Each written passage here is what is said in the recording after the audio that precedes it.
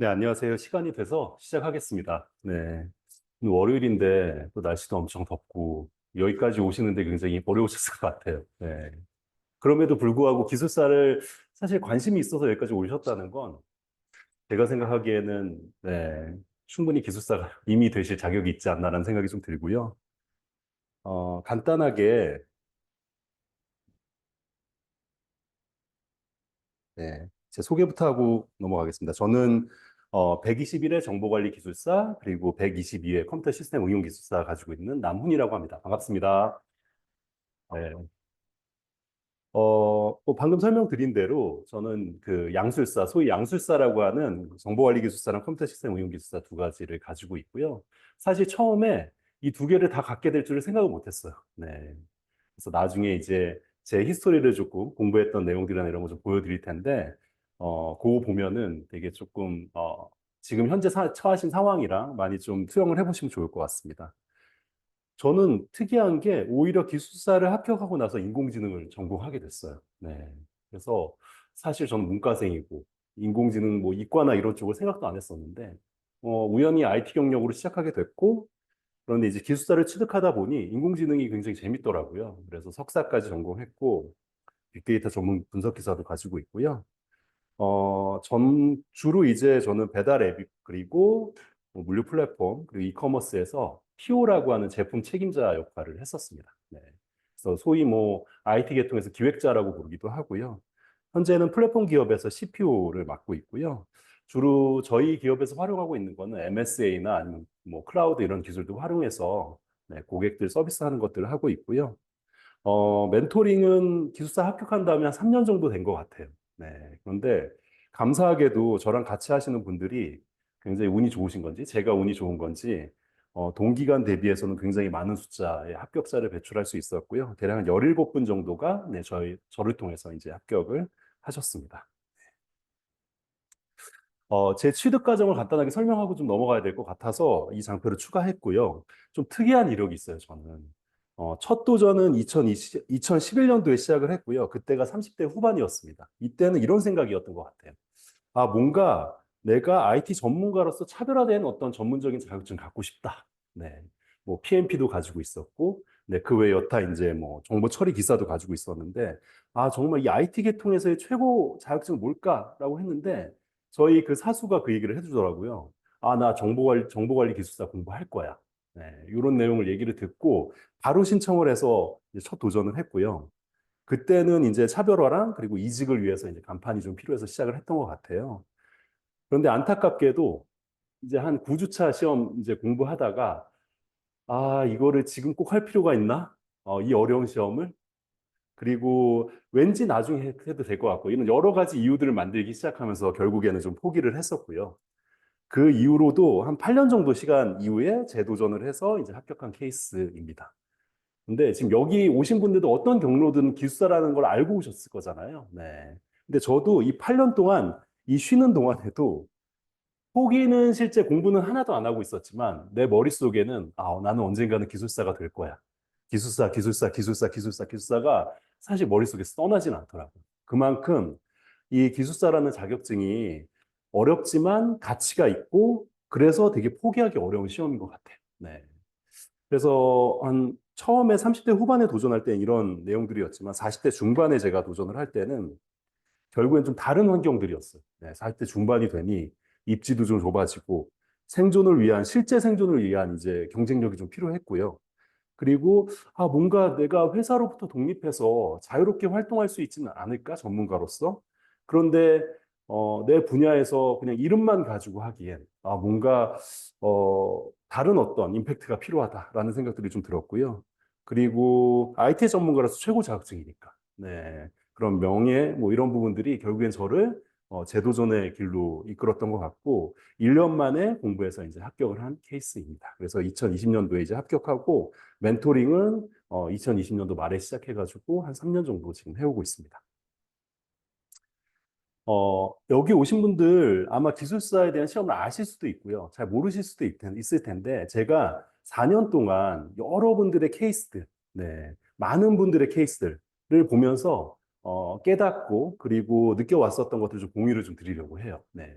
그래서 아마도 기숙사 시험에 대해서 오해를 가지고 있었던 분들이 있다라고 하면 그걸 좀 풀어드릴 생각도 있고요. 그래서 기본적으로는 기숙사 시험이 뭔지에 대한 설명들 먼저 좀 드리고, 그 다음에 기숙사 합격하려면 어떻게 해야 되는지. 네. 그냥 이걸 암기나 혹은 아니면 막 쓰면 되는 건가, 이 시험이라는 게. 아마 이런 의문점들이 좀 있으실 텐데, 네, 그런 것들에 대한 합격 전략, 어떻게 대응하는 게 좋을지. 그리고 저희 라이지움에서 하고 있는 기본 핵심반이라는 부분에서 이제 시작하는 게 있는데, 그 프로그램도 좀 설명을 좀 드리고요. 마지막으로 결국엔 기숙사 합격하면 뭐가 좋아? 네, 이런 부분들 설명을 좀 드리려고 합니다. 네. 그 기술사는 이제 여러 분야가 있어요. 뭐 토목고 기술사도 있고 건축 기술사도 있고요. 그런데 IT 계통에서는 정보 처리 기술사라고 해서 두 가지가 가장 대표적입니다. 알고 계신지 모르겠는데 정보 관리 기술사랑 컴퓨터 시스템 응용 기술사 두 가지가 있어요. 네. 근데 결국에 기술사라는 건 뭐냐면 국가기술자격법에 의해서 국가시험에 합격한 자, 그러니까 국가공인 자격증인 거죠. 네. 국가공인 자격증 중에서는 거의 최고 자격증이라고 봐주셔도 좋을 것 같고요. 국가에서 공인을 해주다 보니 여러 가지로 이제 제도적으로 보장을 받는 것들이 좀 있습니다. 그리고 아까 두 가지가 있다고 말씀드렸는데 정보관리기술사 같은 경우엔 정보 관리에 관한 고도의 전문 지식, 실무 경험, 그래서 결국엔 기술 자문과 기술 지도 업무를 수행하는 그런 역할을 하게 되고요. 컴퓨터 시스템 응용 기술사는 컴퓨터 하드웨어 그리고 소프트웨어에 관한 어떤 전문가라고 생각하시면 될 것 같아요. 그래서 저도 이제 회사에서 그 경력을 쌓으면 두 가지 트랙이 있다고 얘기를 하는데 하나는 IT 관리자로서의 트랙 그리고 나머지 하나는 실무자로서의 이제 트랙이 있는데 정보관리 기술사는 관리자로서의 트랙인 것 같고요. 제가 보기엔 컴퓨터 시스템 응용 기술사는 이제 전문가로서 실무 전문가로서의 이제 최고 트랙이라고 봐주시면 좋을 것 같습니다. 그래서 기술사 시험이라는 게 뭔지, 네, 구체적으로 이제 설명을 좀 드릴 텐데요. 결국엔 시험이잖아요, 시험. 네. 그러다 보니까 검정 기준들이 있어요. 네. 그리고 응시 자격도 있고요. 마지막으로 절차가 있습니다. 네. 이걸 이제 먼저 이해하고 시험에 대응을 하셔야, 결국엔 기술사에 가까이 가실 수 있는 거거든요. 그래서 검정 기준은 IT 전문 지식을 측정해요. 근데 전문 지식이라는 게 뭐야? 라고 이제 되게 사람마다 다를 수 있잖아요. 그래서 요게 규정이 되어 있는 게 있습니다. 네, 뒤에서 보여드릴 거고 분야별 실무 경험, 기술 응용 능력 확보 이런 것들을 이제 보는 시험이라고 봐주시면 좋을 것 같고요. 그래서 대략적으로 이 전문 지식에 관련된 부분들이 있는데 기술사에 관련된 어떻게 보면 과목이라고 할 수 있는 그 과목은 대략 한 13개 도메인 정도가 있어요. 네, 그래서 뭐 소프트웨어 공학, 디지털 서비스, 네트워크, 뭐 인공지능 이렇게 쭉 이런 과목들이라고 저 도메인이라고 얘기하는 이런 과목들이 13개 정도가 있고요. 대략 그 정보관리 기준으로 봤을 땐 세계에 한 6개 정도의 도메인이 필수 도메인이라고 봐주시면 좋을 것 같습니다. 네. 그리고 응시 자격인데요. 아마 여기 계신 분들은 뭐 대략 응시 자격을 더 보고 오시지 않았을까 생각은 되는데 기사 취득 후에 4년 정도. 내가 지금 기사를 가지고 있다. 그럼 실무 경력이 4년만 있으면 기숙사에 예, 도전할 수 있습니다. 자격이 됩니다. 그리고 산업기사는 5년, 이런 자격증이 없더라도 대졸이면 6년, 그리고 전문대는 8년, 이런 자격증 뭐 혹은 아니면 대졸이 아니더라도 네, 무자격증으로 9년의 어떤 실무 경력만 있으면 네, 지원이 가능한 그런 자격증입니다. 그리고 여기서 이제 가장 많이 좀 물어보시는 분들이 있어요. 저는 소위 얘기하는 그 IT 경력 그 과도 아니고 컴퓨터 시스템이나 아니면 그런 쪽 전공도 아닌데 지원이 가능한가요? 뭐 예컨대 마케팅 쪽 관련된 일을 업무를 했다거나, 네, 아니면 정말 IT와 관련 없는 업무를 했다거나 이러실 수 있잖아요. 네, 가능합니다. 네, 결론만 얘기 드리면 그래서 내가 회사에서 BIT 업무를 하셨더라도 네, 응시 자격이 저 4년 정도의 업무 경력만 쌓으셨으면 네, 가능하고요. 실제로 저희 반에서도 제가 배출했던 합격자 중에서도 그런 분이 계세요. 네, 그래서 그 뒤에 케이스는 뒤에서 좀 설명을 좀 해드릴 거고 수검 절차인데요. 절차는 대략 한 3단계로 이루어집니다. 1차 필기, 그리고 자격심사. 네, 자격심사는 내가 기사 취득을 했다라고 등록을 하셨으면 이제 4년 정도 되는 그 증빙이 있으실 거잖아요. 그래서 뭐 경력증명서든 이런 걸 이제 산업인력공단에 내서 이제 검증을 받는 게 있고요. 그리고 2차 면접 시험은 필기했던 내용들을 이제 말로 해서 시험을 본다고 생각하시면 될 것 같아요. 네. 그래서 필기는 쓰는 시험, 2차 면접 시험은 말로 하는 시험. 네, 이렇게 봐주시면 좋을 것 같아요. 그런데 대부분 1차 필기 합격하신 분들은 2차 면접 시험이 한 6번 정도 기회가 주어집니다. 그러다 보니까 1차 합격하고 나면 그냥 기술사라고 해줘요. 네. 그만큼 1차 필기 시험이 되게 어려운 시험이고요. 그래서 그럼 1차 필기 시험은 어떻게 진행되냐라고 했을 때, 4교시로 진행이 되고요. 뒤에서 이제 시간 설명을 좀 드리겠지만, 400분을 봅니다.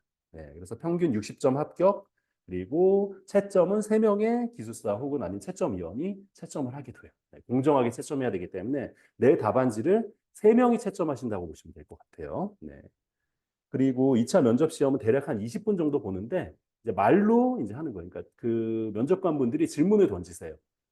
예컨대 트랜잭션의 특징에 대해 설명해 보세요. 그러면 이제 거기에 대한 대답을 하는 이런 구술 시험이라고 봐주시면 좋을 것 같고요. 그래서 이것도 60점 이상 되면 합격합니다. 네. 지금 아직 일정이 좀 나오지는 않았는데 135회 필기 시험은 대략 한 1월 정도에 보게 될 것 같아요. 그래서 지금 준비를 하신다면 이제 내년 1월에 내년에 시험 3번 있을 거거든요. 거기에 맞춰서 이제 커리큘럼 좀 준비하시는 게 좋을 것 같습니다.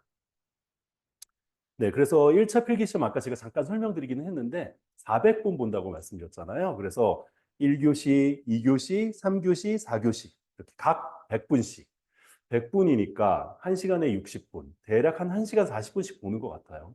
네. 이거 처음에 이 말씀 드리면, 와, 9시에 가서 세상에 5시 20분에 시험이 끝난다고, 수능도 아니고, 이렇게 생각하실 수 있는데, 실제 나중에 공부해 보시면 시간이 정말 빠르게 갑니다. 네. 그래서 400분 동안에 오히려 시간이 모자랄 정도로, 네, 시간이 좀 빠르게 가고, 시험형이 있어요, 시험형. 네. 1교시는, 여기 보는 1교시는 단답형으로 물어봐요. 제가 조금 이따 문제 예시를 좀 보여드릴 텐데 단답형으로 물어보고 2교시형이라는 게 있거든요. 2교시형은 주관식 논문형으로 보게 됩니다. 이것도 조금 이따가 제가 예시를 좀 들어서 설명을 좀 드릴게요. 그래서 기술사 시험은 1교시형과 2교시형에 대한 대응이 필요하다라고 봐주시면 좋을 것 같아요. 그래서 이게 1교시형 실제 문제입니다. 지난 7월 달에 봤었던 문제를 제가 캡처를 해가서 온 거고요. 1교시형은 제가 단답형이라고 말씀드렸잖아요. 13개의 문제를 출제를 해요. 그럼 내가 이 중에서 10개를 골라서 쓰는 거예요. 네. 근데 문제가 이렇게 나옵니다. 개인정보 보호 강화 기술. 이러면 여기에 맞춰 쓰는 거예요. 네. 뭐 어떻게 쓰냐? 여기 오른쪽에 있는 것처럼 쓰는 거예요. 문식, 뭐 개인정보 보호 강화 기술 이렇게 적고요. 답 1달락, 2달락, 뭐 3달락 이렇게 적어서 쓰시는 거고요. 대략 한 1.2페이지 정도 쓰시는 것 같아요. 합격자는 한 1.5페이지 정도 쓰지만. 그래서 각 문제당, 우리가 10개를 쓰니까 한 문제에 10점이 만점이겠죠. 그럼 100점이 되니까. 네. 이렇게 되고, 보통은 우리가 합격은 60점 이상 되면 합격한다고 했으니까, 한 문제당 6점 이상, 이분은 6.3점을 받으셨네요. 합격 수준인 거예요. 네. 그래서 보통 이렇게 해가지고 10문제를 작성을 하게 되면 총 저희가 답안지를 이제 그 책자처럼 이렇게 생긴 답안지가 있거든요. 그게 한 14페이지 정도 되는데 13페이지에서 한 14페이지 정도를 작성을 하십니다. 네. 1교시형은 그래서 여기서 중요한 건 단답형으로 물어보는구나. 13개 중에서 내가 10개를 골라서 쓰는구나. 근데 한 문제당 합격 수준은 6점이구나. 네, 이렇게 생각하시면 네, 정확하게 알고 계신 거예요. 그리고 아까 제가 앞에서 말씀드린 것처럼 이제 2교시형들이 있다고 말씀드렸잖아요. 2교시부터는 2교시형이에요. 그러니까 주관식 논문형으로 보는 거죠. 2교시, 3교시, 4교시는. 그 2교시 논문형은 이렇게 나옵니다. 이렇게 나와요. 네. 뭔가 지금 쓸 게 많아졌죠. 아까 앞에서보다는. 네. 총 6문제가 나와요. 6문제가 나오는데 그중에서 4문제를 골라서 쓰는 겁니다. 그럼 100점이 되려고 하면 한 문제당 25점이겠죠. 그래서 25점이 이제 만점이 되는 거고요. 문제가 이런 식으로 나와요. 여기 밑에 좀 잘 보이실지 모르겠는데 ESG 경영에 대해서 설명하시오. ESG 경영의 정의 및 목표, 경영의 주요 지표, 경영 목표 달성을 지원하기 위한 정보 기술. 네, 이렇게. 아까 1교시 문제는 어땠어요? 그냥 단답형이었잖아요. 하나만 물어봤는데 2교시부터는 이렇게 물어보는 게 많아져요. 그래서 2교시부터는 대응하는 게 조금 달라지고요. 이거를 이렇게 오른쪽에 보시는 것처럼 문제를 적고, 네, 이 물어본 것들을 논리적으로 배치해서 네, 목차를 잡아서 거기에 논리적으로 구성을 해서 빠르게 작성을 하는 이제 훈련이 좀 필요한 교시이고요. 한 문제당 아까 25점 만점이라고 말씀드렸는데 보통 여기서는 15점 이상 정도 되면 이제 합격을 한다고 말씀을 좀 드립니다. 합격 수준이라고 말씀을 드려요. 그래서 이분 같은 경우는 15.3점짜리 답안지를 제가 이제 첨부를 드린 겁니다. 그래서 이것도 마찬가지로 한 문제당 보통 세 페이지 정도 쓰시는 것 같아요. 네, 그러면 네 문제를 쓰니까 대략 한 12페이지 정도가 나오잖아요. 네. 근데 이제 조금씩 더 쓰시고 하셔가지고 보통은 합격자들은 13페이지에서 14페이지 정도를 작성하시는 것 같아요. 네. 그래서 2교시형은 물어보는 게 하나가 아니구나. 그리고 이 여러 가지 물어보는 거를 엮어서 논리적으로 이렇게 구성해서 쓰는 거구나. 네. 이렇게 생각을 해주시면 될 것 같습니다. 그래서 결국에는 그러면 1교시형과 2교시형, 그래, 이게 있다는 건 알았어. 그러면 결국에는 이게 어떻게 비피가 돼서 합격자가 나오는 거야? 라는 부분이 궁금하실 수 있으실 텐데, 왼쪽이 합격자 점수, 오른쪽이 불합격자 점수예요. 보시면 아시겠지만, 1교시, 2교시, 3교시, 4교시입니다. 네, 1교시 점수 66, 66, 71, 합격이 60점이라고 했으니까, 1교시 기준으로 보면 다 합격이죠. 그렇죠? 2교시 기준으로도 보통 2분은 58점이네요. 그럼 2분 좀 부족하셨던 거고. 3교시 기준으로도 2분은 중간에 좀 부족하고. 이런 4교시 기준으로 보면 49점도 있어요, 평균이. 네. 하지만 이 모든 게 합계가 평균 60점만 넘으면 합격이 됩니다. 반대로 불합격자 점수를 좀 보면 이 맨 위에 있는 분 볼까요? 이 분은 1교시, 3교시, 4교시는 60점이 넘었어요. 하다못해 60.4, 64.8, 60.3. 네, 굉장히 고득점을 받으셨는데 2교시가 51.9로 나와가지고 합계 평균을 내보니 59.4점으로 이렇게 떨어지는 케이스도 또 발생하게 됩니다. 네.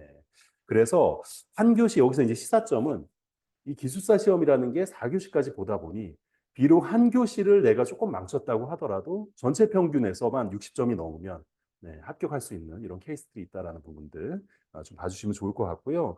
보통 이제 시험 나중에 이제 보러 가실 텐데 1교시 시험 보고 집에 가시는 분들이 되게 많아요. 네. 이거 난 안 될 것 같아. 네. 뭐 일례를 좀 들면 어떤 분이 이제 시험을 되게 열심히 1교시를 보셨는데 한 문제를 들 쓴 거예요. 네. 그러면 60점이 나올 수가 없잖아요. 9문제만 적었으니까. 네. 그래서 이제 집에 가려고 하는데 이제 주변에서 말린 거죠. 그냥 끝까지 시험 보고 가자. 그래야 다음에 보더라도 잘 될 거잖아. 이렇게 해서 말려서 어쨌든 끝까지 시험을 보고 끝냈어요. 네. 그런데 그 한 문제 들쓴 분은 붙고 말린 분들은 다 떨어지는 네, 이런 또 상황들이 또 발생하는 웃지 못할 상황들이 좀 발생을 해서 이 기술사 시험은 끝까지 내가 완주를 해서 적는 거에 따라서 어떤 상황들이 발생할지 모르기 때문에 네, 이렇게 4교시까지 최선을 다해서 대응하는 게 굉장히 중요하다라는 말씀 네, 좀 드립니다.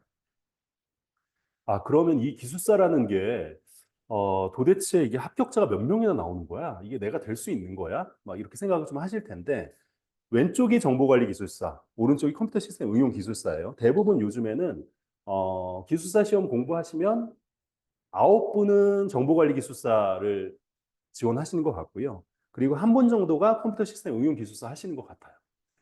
그래서 정보관리기술사 기준으로 봤을 때 1차 시험이니까 아까 쓰는 시험이죠. 쓰는 시험 기준으로 봤을 때 400명 정도가 응시를 하면 1차 합격자는 대략 한 25명 정도가 나옵니다. 그래서 합격률은 대략 한 8에서 한 11% 정도가 되고요. 최종 합격은 아까 면접이 있다고 말씀드렸잖아요. 그래서 한 20명 정도가 남게 되는, 그래서 5% 정도가 되네요. 이건 평균적인 거라서 그 회차마다 조금씩 다르긴 합니다. 그런데 보통은 합격자가 8에서 한 11%. 그러니까 100명 보면 8명 이나 11명 정도가 이제 합격하는 네, 그런 시험이라고 봐주시면 좋을 것 같고요. 연간으로 봤을 때 3번 시험이 있는데 연간으로 보면 대략 한 17명에서 30명 정도를 뽑는 것 같아요. 네, 네, 그렇게 됩니다. 컴퓨터 시스템 응용기술단 지원자가 상대적으로 적어요. 그래서 대략 한 30명 정도가 보면 1차는 3명 정도가 붙고 2차는 2명 정도가 합격하는 네, 이렇게 이런 구조를 좀 가지고 있고요. 합격률은 그래서 한 10% 정도 필기 합격률 기준으로 봤을 때 이런 어떤 특징들을 좀 가지고 있습니다. 네, 그래서 최근에는 이제 관리 쪽을 주로 많이 하시는 분들이 있어서 정보 관리를 좀 많이 하시고 네, 평균 합격률은 되게 요 8배에서 한 11%가 왔다 갔다 하는구나라고 생각을 해주시면 좋을 것 같아요. 지금 이제 오셨을 때 여러 가지 이제 생각을 하고 오셨을 거예요. 그냥 한번 들어보고 기술사가 뭔가 한번 들어보자 이렇게 오신 분들도 있고 아니면 저처럼 약간 좀 처절한 마음으로 오신 분들도 있고요. 아마 온라인에서 듣고 계신 분들 중에 그런 분들 계실지도 모르겠는데 대략 이런 정도인 것 같아요. 제가 이제 저희 반에서 이 입과생들을 이제 수강생들 좀 받게 되면 이제 설문조사를 좀 하거든요. 한 109분 정도한테 물어봤을 때 아, 기술사 공부 어떻게 해서 시작하게 되셨어요? 라고 물어보면 제일 높은 게 노후 대비입니다. 네, 노후 대비. 이런 것 같아요. IT 경력이라는 게 최근에 이제 굉장히 사실은 빠르게 이게 이직도 일어나고 그리고 50만 넘으면 내가 실무적으로 뭔가 계속 배워야 되는 게 많다 보니 이 회사 내에서의 입지도 좁아지고 그럼 내가 보통 이 어떻게 보면은 저희가 어, 나이가 지금 굉장히 오래 살고, 네, 생명도 연장이 돼가지고 오래 사는데, 대략 한 80세까지는 일을 해야 되는데, 내가 개발해서 80세까지 일할 수 있을까? 라는 생각들 되게 많이 하시거든요. 네. 그런데 어쨌든 기술사는 감리라는 자격증이 교육만 받으면 그냥 나오니까, 그래도 80세까지는 할 수 있는 기본 어떤 보험 같은 느낌으로 시작하시는 분들이 많은 것 같아요. 그 외에 이제 폭넓은 활동들이 있는데 저 같은 경우도 이렇게 강의도 하고 그리고 이제 평가도 가고 네, 이런 어떤 활동들을 하고 있고 컨설팅도 하고요. 이런 어떤 분들이 이제 두 번째 이유들이 좀 있었고요. 세 번째는 이제 자아실현. 내가 이룰 만큼 다 이뤘고 이제 IT 방면에서 최고의 자격증을 한번 가져보고 싶다라고 하시는 분들이 시작하시는 분들이 있어요. 네, 그래서 그런 분들 그리고 그 다음이 이직, 뭐 승진 수당 가점 뭐 이런 순위였던 것 같습니다. 근데 대략 여기서 벗어나지 않는 것 같아요. 네, 여러 가지 이유들이 좀 있으시겠지만 저도 이제 이런 이유들을 가지고 좀 시작을 했고요. 보통은 뭐 요 정도인 것 같아요. 최근에 이제 트렌드를 좀 보면 한 5년 정도를 집계를 해서 제가 뽑아본 건데요. 합격자의 대략 한 90% 이상은 30대에서 40대 정도가 가장 많습니다. 네, 여기 노란색과 빨간색으로 표시된 부분. 네. 그때가 제일 실무적으로도 이론적으로 좀 잘 갖춰져 있고, 네. 그리고, 암기하기에도, 네, 머리가 조금은, 네, 스마트하게 이제 조금 사용이 되시는, 네, 그런 나이대이기 때문에 이제 합격들을 좀 많이 하시는 것 같고요. 그리고 합격자의 대략 한 30% 정도가 1년에서 2년이면 합격을 하는 것 같아요. 네. 그리고 3개월에서 6개월 사이도 13.1% 정도. 그러니까 10명 중에 100명 중에 13명 정도는 6개월 미만 이렇게 합격하시는 분들도 계세요. 네. 이런 분들은 어떻게 할까? 네, 궁금하실 텐데 뒤에서 설명드리겠습니다. 그래서 보통 지금 나이대가 내가 30대에서 40대에 해당이 된다라고 하시면 일단은 확률적으로 굉장히 기술사에 합격할 수 있는 확률이 높구나라고 생각하시면 될 것 같아요. 네. 그리고 대략 내가 준비를 하면 1년에서 한 2년 정도 보통은 그리고 빠르면 6개월 안에도 합격할 수 있구나 정도를 가지고 대응을 하시면 될 것 같고요. 수험 일정은 제가 아까 잠깐 언급을 해드리기는 했는데 이렇게 진행됩니다. 1년에 3번을 봐요.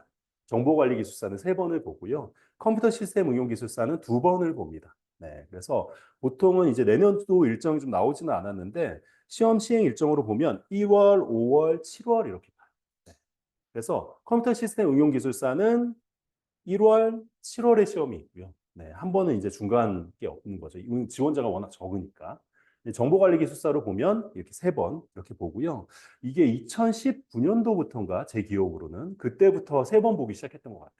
그 전까지는 2번이었거든요. 근데 아무래도 IT 전문가들에 대한 수요가 굉장히 높다 보니까 이제 정부에서도 이제 이런 어떤 전문적인 그 자격증에 대한 필요성, 수요 이런 부분들을 이제 생각을 하게 돼서 시험 횟수를 늘린 게 아닌가라는 생각을 좀 하고 접수는 대략 한 일주일 정도 접수를 받는데요. 10시부터 그 마지막 한 6시까지 접수 받고 그리고 최종 합격자 발표는 해당 발표일 뭐 9시 대략 한 10시 정도에 이렇게 카카오톡으로 옵니다. 등록을 해놓은. 그래서 그거 가지고 이제 하게 되는 네, 시험이고요. 자, 그럼 여기까지는 대략 기술사가 어떤 건지 이제 알 것 같아. 그래, 4교시까지 보고 400분 보고 1교시형과 2교시형이 있구나. 1교시형은 대략 단답형으로 물어보고 2교시형은 논리적으로 하고 물어보는구나. 그리고 60점 이상이면 합격이네. 그리고 합격률은 대략 한 5에 아까 8에서 한 11% 정도 되는 것 같아. 정보관리 기술로 기준으로 봤을 때. 그러면 이제는 이제 어떻게 그럼 이 기숙사 시험을 대응하는 게 좋을까라는 부분인데요. 제가 대략 한 4년 동안 17명 정도의 합격자를 이제 단기간에 배출해내면서 느꼈던 어떻게 보면 노하우들이 여기 다 들어가 있습니다. 그래서 좀 잘 보고 대응을 하시는 데 도움이 되셨으면 좋겠고요. 이런 오해들이 좀 있어요. 네. 기술사 시험은 완벽한 사람을 뽑는 건가? 내가 감히 기술사 시험에 도전할 수 있을까? 라고 하시는 분들이 되게 많아요. 그러니까 어디서 이제 주변에서 하도 포기하셨다는 얘기를 많이 듣다 보니까 이렇게 많이 이제 오해를 하시고요. 시험 범위. 와, 대략 한 2,000개에서 많게는 7,000개까지 이 토픽들, 지식을 공부해야 된다고 하던데 이거 내가 할 수 있을까 봐요. 이런 어떤 오해들. 그리고 두 번째, 나는 글씨 쓰는 속도도 느리고 맨날 이렇게 키보드만, 타이핑만 하는데 주로 앉아서 일하는. 네. 그리고 글씨는 학교 다닌 이후로 써본 적이 없어. 네. 악필이야. 과연 내가 할 수 있을까? 라고 이제 얘기를 물어보시는 분들이 많고요. 마지막으로 멘탈 관리. 주변에 포기했다는 사람들이 많다 보니까 나 같은 유리 멘탈이 시험 한번 떨어지면 이제 우수수 내가 과연 할 수 있을까? 기숙사는 내 인생에 없나 보다 이렇게 스스로 막 자문하면서 무너지시는 분들이 있거든요. 이런 나도 할 수 있을까라는 생각들을 많이 좀 하시는 것 같아요. 네, 그런데 제가 그동안 합격자들을 이렇게 좀 배출을 하면서 느꼈던 부분들은 이분들이 다 사연이 다 달라요. 네, 보면. 네. 어떤 분들은 IT에 관련된 내용을 한 번도 들어본 적이 없고, 아까 제가 말씀드렸던 비전공자의 IT 업무를 한 번도 해본 적이 없고, 심지어는 극단적으로 얘기했을 때, 멘토님, 제가 처음 IT를 지금 접했고, 기술사 공부 처음 하는 건데, 서버가 뭐예요? 이렇게 물어보시는 분들이 이 안에 있어요, 지금 여기 안에. 네. 이런 비전공자. 나이 50대 넘으신 한 50대 한 중반 되시는 분. 암기가 안 돼요. 공부하는 게 너무 힘들어요. 이런 분들도 계셨고. 그리고 저는 하루에 1시간도 공부하기가 너무 힘든데 기숙사 할 수 있을까요? 이 안에 계십니다. 지금. 네. 그리고 집안 아들 때문에 너무 우리 아들내미가 학교에서 너무 사고를 쳐가지고 공부에 집중을 못 하겠어요. 이런 분 두 분 계세요. 여기. 네. 하도 사고를 쳐서. 네. 그리고 저는 집이 멀어서 원격으로 학습할 수밖에 없는데 이게 온라인으로만 합격해서 될 수 있나요? 세 분 계세요. 이 안에. 그리고 뭐 장수생, 유리멘탈, 원격 학습 뭐 이런 분들, 네, 이런 분들 다양한 사연들을 가지고 있음에도 불구하고 다 이 기술사 합격을 다 하셨고요. 근데 이분들의 공통점이 있습니다. 네, 합격을 한 공통점. 네, 그걸 이제 설명을 좀 드리려고 하고요. 중요한 건 이거 시험이잖아요, 시험. 어떻게 보면은 그 전문성을 쌓고 이런 것들이 분명히 있긴 하지만 시험이에요, 시험. 네, 그러다 보니 시험에 대한 메커니즘을 이해하는 게 굉장히 중요해요. 그게 시간을 빠르게 단축시킬 수 있는 방법이에요. 네. 그래서 제가 감히 좀 말씀 좀 드리면 이 기술사 시험이라는 건 이 시험에 대한 메커니즘을 이해하면 누구나 다 합격할 수 있어요. 누구나. 네. 제가 아까 말씀드린 그 IT를 한 번도 해보시지 않은 그분도 합격을 시켜봤기 때문에 네, 이 메커니즘이 굉장히 중요하다는 말씀 좀 드리고요. 시험 범위, 네, 핵심 토픽 110개가 있거든요. 110개. 네, 이것만 어느 정도 내재화 시키면 시험 대응이 가능합니다. 두 번째, 답안 작성. 채점에 최적화된 템플릿이라는 게 있어요. 그러니까 채점관들이 시간을 정해놓고 채점을 하거든요. 그러니까 채점관들 한번 생각해 보세요. 400명이 시험을 본다고 했잖아요. 그럼 4교시까지 보면 1600권인가요? 1600권의 답안지가 있어요. 근데 그걸 채점을 해야 돼요. 근데 문제가 아까 1교시는 10개씩 있잖아요. 그러면 이거를 채점하는데 한 사람씩 이렇게 읽어봐서 채점을 할 수 있을까요? 과연? 네. 네. 없기 때문에 이 채점 메커니즘에 맞는 답안을 구성하는 게 너무 중요하고 그래서 어떤 그 채점에 최적화된 저 템플릿이라는 게 있습니다. 그래서 그런 부분들 그리고 마지막으로 아까 유리멘탈 뭐 저는 쉽게 지쳐요 끈기가 약해요 이런 분들 계시는데 이런 분들 네, 또 다른 방법이 있습니다. 네. 그래서 이것도 뒤에서 이제 자세하게 설명을 좀 드릴게요. 일단 범위입니다. 범위. 아까 제가 110개 정도 얘기했었던 기술사 시험은 명확하게 범위가 있어요. 네, 뭘 내겠다라고 아예 정해놨어. 이렇게. 네, 출제 기준을 정해놨고요. 뭐 보면은 이렇게 프로젝트 관리, IT 프로젝트 관리 활용. 와, 프로젝트 관리 1부터 어디 프로젝트 관리가 엄청 많은데 이거 지금 다 보겠다는 거잖아요. 이렇게 생각할 수도 있잖아요. 그러면은 멘토님 아까 말씀하신 대로 그 2,000개 넘는 게 맞지 않아요? 하실 수 있어요. 네. 그렇지만 이제 뒤에서 보시면 아시겠지만 이게 다 구체화된 내용들이 있습니다. 그리고 아예 이 출제 기준에 구체적으로 명시가 된 애들이 있어요. 디지털 포렌식처럼 디지털 포렌식 낼 거야. 아니면 IT 위험 관리 뭐 이렇게 아예 낼 거야라고 찍어놓은 애들이 있거든요. 네. 그런 핵심 토픽들 위주로 공부하시면 돼요. 그래서 범위가 있다, 이미. 근데 이렇게 모호한 애들, IT 프로젝트 관리, 이런 인공지능이 어디서부터 어디까지야 도대체? 이렇게 생각하실 수 있잖아요. 하지만 범위가 있다. 네, 라는 말씀 드리고, 아까 제가 과목이 한 13개 정도가 있다고 말씀드렸었어요. 네. 그런데, 보면, 여기 지금 노란색으로 표시한 부분, 소프트웨어 공학, 서비스, 보안 DB, 여기, 그리고 플러스에서 프로젝트 관리, 네트워크, AI에서 87.2%가 출제됩니다. 그 얘기는 뭐냐면 합격 충분히 하고도 남는다는 이것만 공부해도. 네. 아, 그런데 저는 통계나 알고리즘을 좀 재밌는데, 아, 그렇게 하시면 되죠. 근데 시험이잖아, 시험. 네. 시험은 시험에 맞춰서 공부를 할 필요가 있는 거예요. 네. 컴퓨터 시스템 응용기술사 기준으로 보면 조금 다르긴 해요. 이 컴퓨터 시스템 응용기술사는 전문가를 좀 뽑기 때문에 실무적인 문제들을 좀 내고요. CA나 네트워크 비중이 굉장히 높습니다. 네, 실무적인 수준으로 물어봐요. 그런데 마찬가지예요. 이 도메인들 중에서 88.6% 합격해요. 아, 이 출제가 돼요. 그런데 이렇게 이 과목에서 88.6%가 출제가 되는데, 아, 저는 자료 구조를 이번에 한번 끝을 한번 내보겠습니다. 이러면 의미가 있나요? 이 시험인데? 네. 그 얘기는 그래서 이제 길어지는 거예요. 시험 기간이 1년이 아니라 2년, 3년 이렇게 길어지는 이유가 이 메커니즘을 이해하지 못해서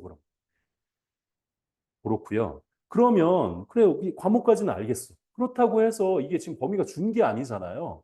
소프트웨어 공학이 어디서부터 어디까지인데, 인공지능이 어디서부터 어디까지인데, 라고 생각하실 수 있잖아요. 네. 그래서 분석을 한 게 있습니다. 이거는 저희 반에서 분석을 해서 만들어낸 거고요. 그 IT 경영부터 인공지능까지 기출 문제들, 네, 기출 문제가 출제하는 추이를 다 분석을 해놓은 거예요. 네, 근데 보시면 아시겠지만 잘 보세요. 117회부터 134회까지가 지금 출제가 됐는데 보면 출제되고 출제되고 출제되고 출제되고 출제되고 출제되고 얘 출제될 가능성이 있을까요, 없을까요? 공부해야겠죠, 얘. 네. 근데 이게 돌고 돌고 돌아서 시험에 계속 나온다는 거죠. 왜? 돌아가 보면 여기에 매핑이 되는 문제들이기 때문에. 그래서, 아, 저는 이 모든 도메인을 완벽하게 하고 싶습니다. 아, 그렇게 하시면 되는데, 시험에 합격하시려면, 당장은 이렇게 나올 만한 문제들.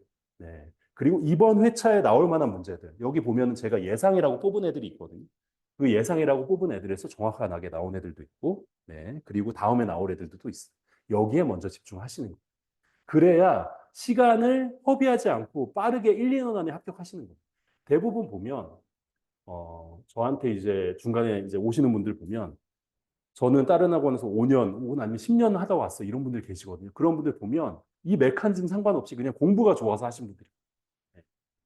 그런데 물론 공부가 좋아서 하시는 거는 좋죠. 네. 학습에 어떻게 보면 네. 분명히 기술사 도움이 되고 그런데 어쨌든 시험이기 때문에 이런 메커니즘을 알아서 공부하는 게 좋다라는 말씀을 다시 한번 드리고요. 이 시험 범위입니다. 그래서 핵심 토픽 110개를 뽑아놨어요. 이 110개에 집중해서 하시는 게 중요합니다. 두 번째는 답안 작성하는 거예요. 아까 저는 악필이고 뭐 이런 얘기를 하셨는데 뭐 기본적인 것들은 여기 설명이 있어요. 흑색 풀기구 사용해야 되고 뭐 이런 것들이고 오른쪽에 답안 샘플 보시듯이 이하 빈칸 이런 기본적인 룰들이 있거든요. 이거는 기본 핵심만 와서 그냥 보시면 돼요. 근데 메커니즘이 있다고 말씀드렸잖아요, 제가. 네. 이런 것들을 봅니다. 키워드가 들어가 있는지, 정의는 제대로 썼는지, 가독성은 좋은지, 우선순위는 맞춰서 썼는지, 출제 의도를 이해했는지, 이런 걸 보는데, 그래, 뭐, 이런 걸 보겠지, 이렇게 생각할 수 있잖아요. 네. 그런데 이거보다 더 중요한 게 있어요. 이 채점 메커니즘이라는 게 있어요. 네. 아까 말씀드렸잖아요. 400명 답안지를 채점관 세면에서 이제 채점을 이제 하게 되는데, 이거 다 읽어볼 수 있을까요? 아, 물론 다 읽어보는 것도 있을 수 있어요. 네. 그런데 보통은 이 채점 존이라고 하는 게 존재해요. 이거 1교시 기준입니다. 2교시도 따로 있어요. 1교시 기준으로 제가 이 파란색으로 표시된 애들을 보고 채점해요. 그래서 저 같은 경우에도 이제 그 심화반 지금 하고 있는데, 채점하게 되면 한 25명, 30명 정도의 답안지를 거의 1시간도 안 돼서 채점하거든요. 한 문제 채점하는데 한 5초? 네. 왜? 내가 공부를 해봤기 때문에 지금 이 채점존이라고 하는 파란색 박스만 보면 이분의 실력을 알 수가 있어요. 그 얘기는 모를까요? 뭐. 네. 네. 이 형식에 맞춰서 작성하는 게 진짜 중요하다라는 말씀을 드립니다. 그래서 나중에 이제 기술사 공부를 시작하게 되시면 이 쓰는 거, 뭐 나는 글씨 필력이 안 나와요. 중요하죠. 하지만 기본적으로 이 기술사 형식에 맞춰서 쓰는 게 진짜 중요해요.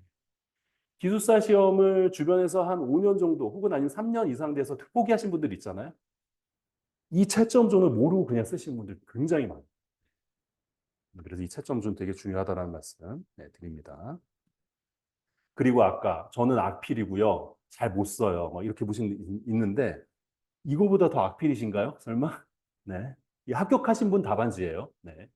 그래서 이 여기 있는 거는 이제 합격하기 전 답안지예요. 그거를 이제 저분이 오른쪽처럼 개선을 하신 거예요. 차이점을 잘 모르시겠죠. 워낙 뭐 이게 글씨 자체가 아름답지 않아서. 네. 그런데 달라진 게 있어요. 채점관이 조금 더 알아보기 좋게 글씨 크기나 띄어쓰기가 개선이 됐습니다. 그래서 나는 악필이다 이렇게 하시는 분들 있잖아요. 그러면 일단은 알아볼 수 있고 아까 제가 말씀드린 그 채점 존 안에 제대로 넣어서 표현하면 합격하실 수 있어요. 그게 굉장히 중요하다라는 말씀 제가 드립니다. 그래서 쓰는 건 채점 존이 있다. 그런데 그 채점 존은 그러니까 저희 반에서 알려드리는 기본 핵심 반에서 알려드리는 그 템플릿에 맞춰서 쓰면 자연스럽게 체득이 되는 거예요. 네.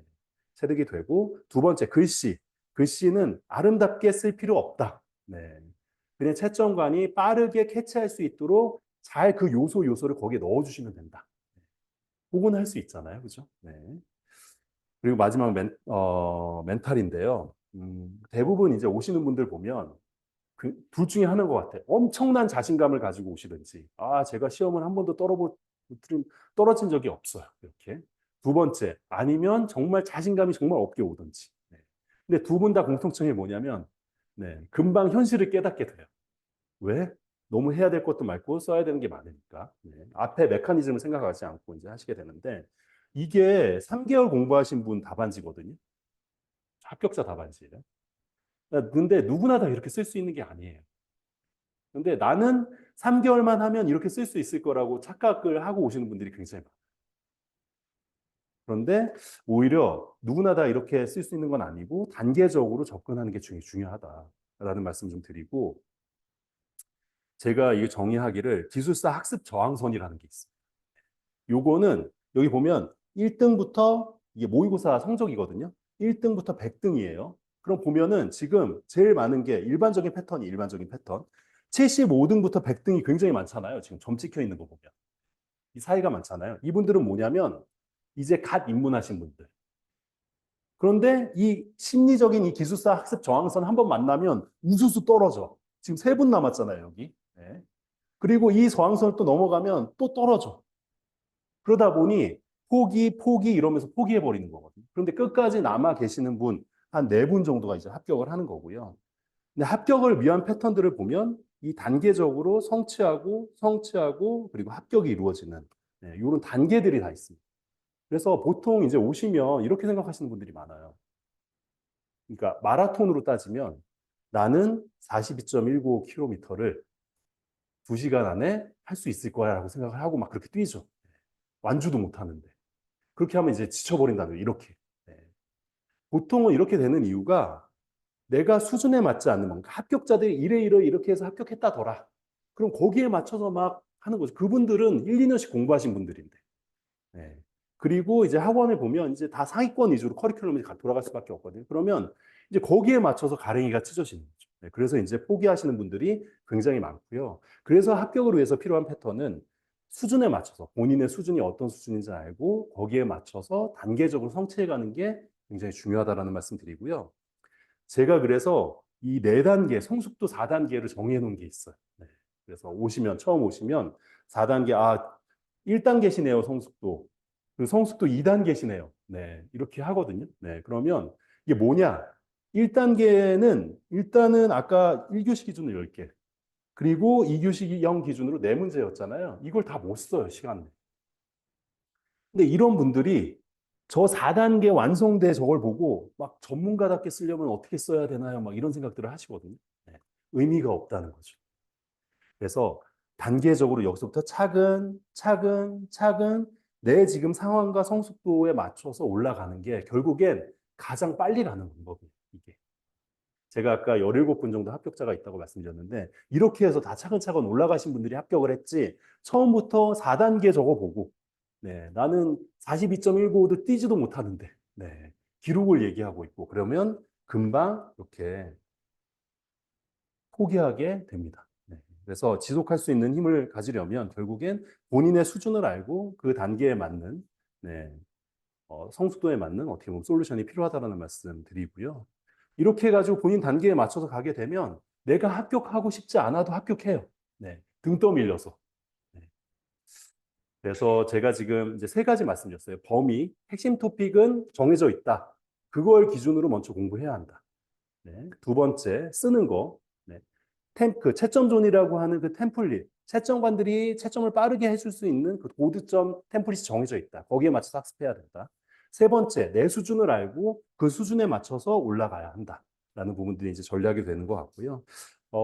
아까 말씀드린 대로 제가 한 4년 동안 멘토링 해오면서 이런 분들을 지키셨던 분들이 결국에는 빠르게 합격을 하셨던 것 같습니다. 그래서 이제 그 라이지움에서는 그럼 기본 핵심반을 어떻게 지금 운영을 할까? 그래, 알겠어. 이런 분들이 합격한다는 건 알 텐데, 그럼 이런 것들이 잘 반영이 되어 있어? 이런 걸 좀 이제 보시면 좋을 것 같은데요. 네. 이런 성숙도에 맞춰서 진행을 하게 되는 거죠. 네. 그래서 1단계는 기본적으로 이렇게 기본 핵심 과정. 이게 1단계예요, 1단계. 아까 보셨던 1단계. 다 못 쓰는 단계죠. 그래서 기본 핵심 과정에 입가를 하셔가지고, 기본 토픽 110개 위주로 예, 학습하시면서 내가 1교시 10개, 2교시 4개를 쓸 수 있는 힘을 빠르게 캐치를 하실 수 있도록 도움을 드려요. 네, 그래서 그렇게 잘 따라오신 분들은 이제 시험을 보고 나면 53점이 이루어지게 됩니다. 그리고 나서 이제 라이줌에 있는 심화 과정들이 있거든요. 심화 과정에 입가하셔서 본인의 이제 성숙도별로 2단계냐 내가 3단계냐 4단계냐에 따라서 이제 성숙도 수준별로 이제 완성도를 높이는 과정들을 겪게 되고요. 마지막으로 이제 면접 특강 통해서 이제 합격하는 요 프로세스라고 봐주시면 좋을 것 같아요. 그래서 기본 핵심반 같은 경우는 이렇게 운영이 됩니다. 네, 그래서 핵심 토픽 아까 110개 기반으로 이해하실 수 있도록 네, 문답식으로 네, 이렇게 암기를 저는 하고 싶지 않아도 암기가 될 수밖에 없는 저는 수업만 참여했는데 암기가 다 됐어요. 하실 정도로 네, 암기를 밀어 넣어 드리고요.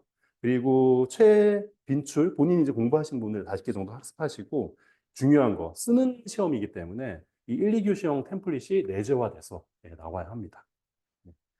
그리고 제가 지금 심화반을 하고 있기 때문에 그 심화반의 합격 방법론 그리고 자료들 뭐 이런 것들 다 공유해서 사전에 이 앞에 이 심화반 과정에서 하고 있는 내용들을 자연스럽게 넘어갈 수 있도록 해드리고 있고요. 최근에 아까 보셨지만 인공지능이나 신기술 그게 굉장히 많이 나왔어요. 네, 그러다 보니까 기본 핵심반에서 이 보통은 이 통계나 이런 어떤 인공지능 강의들이 조금 부족한 부분들이 많은데 그래서 이번에는 조금 좀 보완해가지고 네, 기본적인 인공지능 그리고 통계 이런 부분 어디 가서 내가 인공지능에 대해서 설명을 할 수 있을 정도로 네, 하고 있고요. 오늘 아마 자료 제공을 이제 요거 아마 링크를 좀 제공해드리면 여기 샘플 강의 있으니까 한번 네, 보시면 좋을 것 같습니다. 그리고 이 보통 보면 이제 공부하시면 자료가 중요하잖아요. 근데 보통은 이제 이런 어떤 프린트나 교과서 가지고 아니면 인터넷 서칭 통해서 하는데 시간이 아깝잖아요. 그래서 기본적으로 대략 지금 밑에 보시는 기술사분들이 쓰신 이 수험서라는 게 저희 있습니다. 그래서 그거를 온라인으로 제공해드리면 교과서 같은 거예요. 네, 교과서 보고 공부하실 수 있도록 해드리고 있고요. 그리고 글씨 교정하고 아까 중요한 그 템플릿, 네, 템플릿 쓰실 수 있도록 강의도 다 찍어놨습니다. 아까 제가 심화 과정이랑 이제 소프트 랜딩 할 수 있도록 부드럽게 심화 과정으로 넘어갈 수 있도록 그래서 합격까지 갈 수 있도록 만들어 드린다고 말씀드렸는데 그 제가 이 심화 과정에서 쓰고 있는 이 플랫폼이에요. 그래서 여기에 자료를 다 모아놨어요. 그래서 내가 공부만 하면 될 수 있을 정도로 이 자료들이 이 안에 다 들어가 있고요. 예컨대 기본 강의들, 그리고 내가 인공지능이 부족해. 그럼 저희 기술사분들 초빙해가지고 찍어놓은 강의들 있거든요. 네, 그 강의들 네, 보실 수도 있고, 오른쪽에, 아, 난 이거 쓰는데, 다른 합격자들은 어떻게 썼을까? 네, 여기 오른쪽에 보시는 것처럼 모험 답안 다 모아놨어요. 그래서 이거는 심화분들도 같이 보고 있는 것들을 다 오픈해드리고 있고요. 이렇게 해가지고 자연스럽게 이 자료를 학습하시면서 우리가 심화에 조금 더 빠르게 적응하실 수 있도록 해드리는 부분들을 연계해드리고 있습니다. 네, 그리고 요거는 이제 핵심 강의, 특강, 아까 말씀드린 뭐 마인드맵, 네, 이런 강의들 네, 같이 열어드리고 있고요. 그리고 맞춤형 멘토링 쓰다 보면 사람들이 본인마다 장점과 단점이 달라요. 그리고 버릇들이 있어요. 저기 그 사진에 나오는 저분은 그 볼펜을 이렇게 짧게 잡고 쓰는 그 버릇이 있어요. 본인은 몰라요. 그러다 보니 이제 쓰는 이 글씨체 자체가 여기 밑에 보면 형성의 이응이 항상 마무리가 안 되는 거예요. 그러다 보니 가독성이 떨어져, 맨날. 예, 그런 것들 보고 이제 나아질 수 있도록 예, 코칭을 좀 해드리고 있고요. 이제 케이스인데요. 네, 저희 반에서 이제 합격한 분들, 아까 여러 가지 케이스 있다고 말씀드렸잖아요. 그 중에서 이제 몇 가지 대표 케이스를 말씀드리려고 합니다.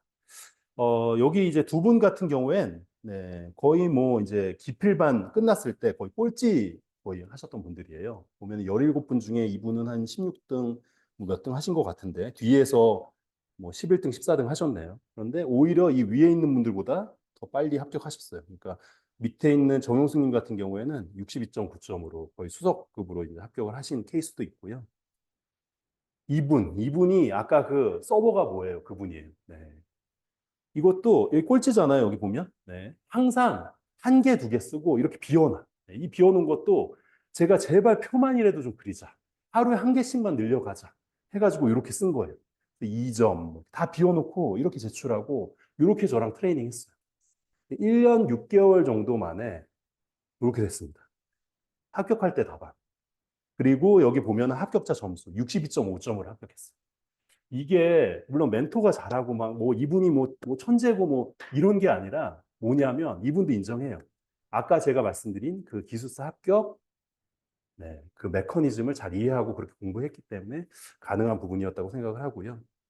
이 기본 핵심반 요번에 이제 118기를 토요일 날 이제 오픈하게 되는데요. 이렇게 이루어집니다. 네, 그래서 9주차 총 일정이고요.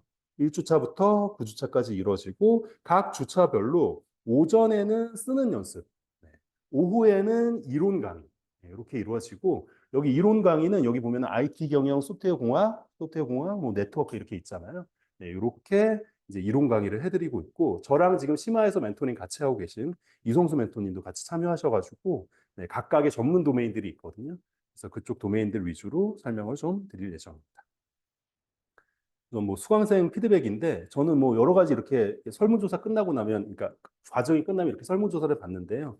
제일 좀 그나마 좀 보람이 있었던 게 이 내용이었던 것 같아요. 최고의 멘토님을 만났어요. 이 내용이고. 저는 기술사를 왜 하게 됐지? 이런 생각들을 좀 많이 해요. 그런데 보통은 이런 것 같아요. 그러니까 보통 주변에 한번 잘 보세요. 그리고 내가 살고 있는 지금 상황들을 한번 잘 보세요. 보통은 이런 패턴입니다. 회사, 집, 가족, 끊임없이 문제가 생기고, 그걸 또 해결하고, 문제가 생기고, 해결하고, 이러다 보면 그냥 시간만 계속 보내고 있어, 시간만.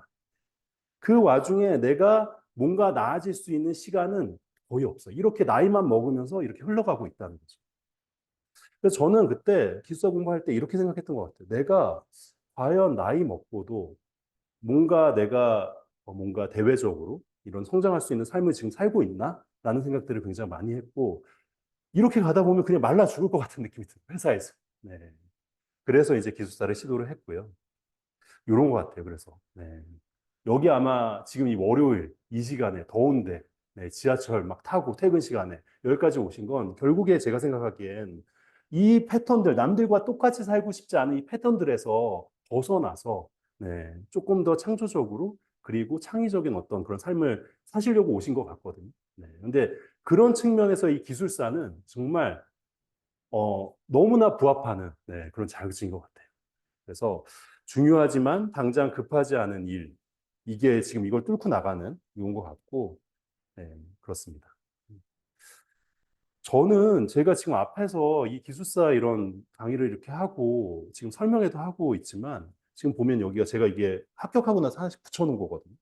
정보관리기술사, 컴퓨터 시스템 응용기술사, 감리원 자격증인데 요번에 그 파리올림픽 보니까 저희 양궁 임시원님이 이러시더라고요. 아, 3관왕 이게 되네요. 제가 사실 그랬거든요. 막 하는데 막 그냥 자격증이 따지는 거야. 시도하고 시도하고 진짜 되는 거야. 근데 지금 약간 이런 생각들 하실 수도 있어요. 아, 내가 아직 할 수 있을까? 저 사람은 뭔가 특별한 게 있지 않을까라는 생각들 하실 텐데 그런 거 없어요. 네, 그런 거 없어요. 그냥 시도를 하면 그게 그냥 됩니다. 네. 그래서 내가 조금 지금 아, 나 같은 사람이 기술사가 될 수 있을까? 특별한 사람이 되는 거 아니라는 생각이 조금 있으시더라도 네, 분명히 됩니다. 분명히. 네, 그러니까 믿고 지원을 하시면 좋을 것 같고요. 항상 제가 이제 저희 반이나 만나는 분들한테 말씀드리는데 기술사가 될 가장 좋은 시점은 바로 지금 여기까지 오셨잖아요, 여기까지. 네, 바로 지금이라고 생각이 되고 수많은 기회들이 지금 뭐 느끼지 못했던 기회들이 아마 있으실 거예요. 네. 그리고 하지 말아야 될 이유는 진짜 수백만 기지도 넘어요. 기술사 공부하지 말아야 될 이유를 저희 반분들한테 대라고 하면 진짜 수백 가지도 될 거예요. 집이 뭐 누가 아파서 뭐 네. 그럼에도 불구하고 네. 이 다른 삶을 위해서 내가 좀 더 나은 삶을 위해서 앞으로 미래를 위해서 이 투자하는 데 있어서 기술사는 너무나 정말 중요한 네. 자격증이라고 생각하고 있습니다. 네. 저는 이제 합격하신 분들이에요. 네. 그래서 저는 사실 이 강의하는 것 자체가 너무 좋은 게 합격하신 분들이랑 이렇게 같이 활동하는 게 되게 좋거든요.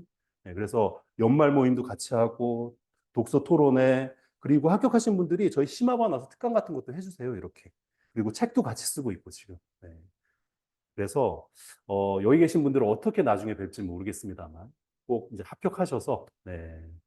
이렇게 같이 활동할 수 있는 네, 시간들이 빠르게 좀 왔으면 좋겠습니다. 네.